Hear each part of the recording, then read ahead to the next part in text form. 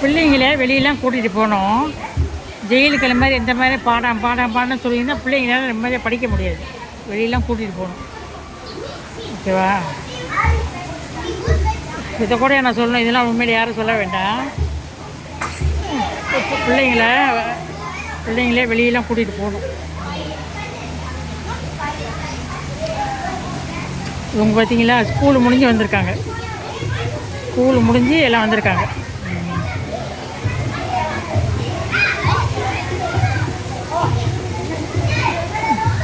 ஆனால் முடிஞ்ச வரைக்கும் ஸ்கூலு முடிஞ்சு வர்றதோட லீவு நாளில் வந்து அந்த பிள்ளைங்களுக்கு கொஞ்சம் இதாக இருக்கும். இந்த பிள்ளைங்களுக்கு கொஞ்சம் இப்போ நாளை காலையில் ஸ்கூல் போனல கொஞ்சம் உடம்பு வசதியாக இருக்காதுன்னு சொல்கிறேன்.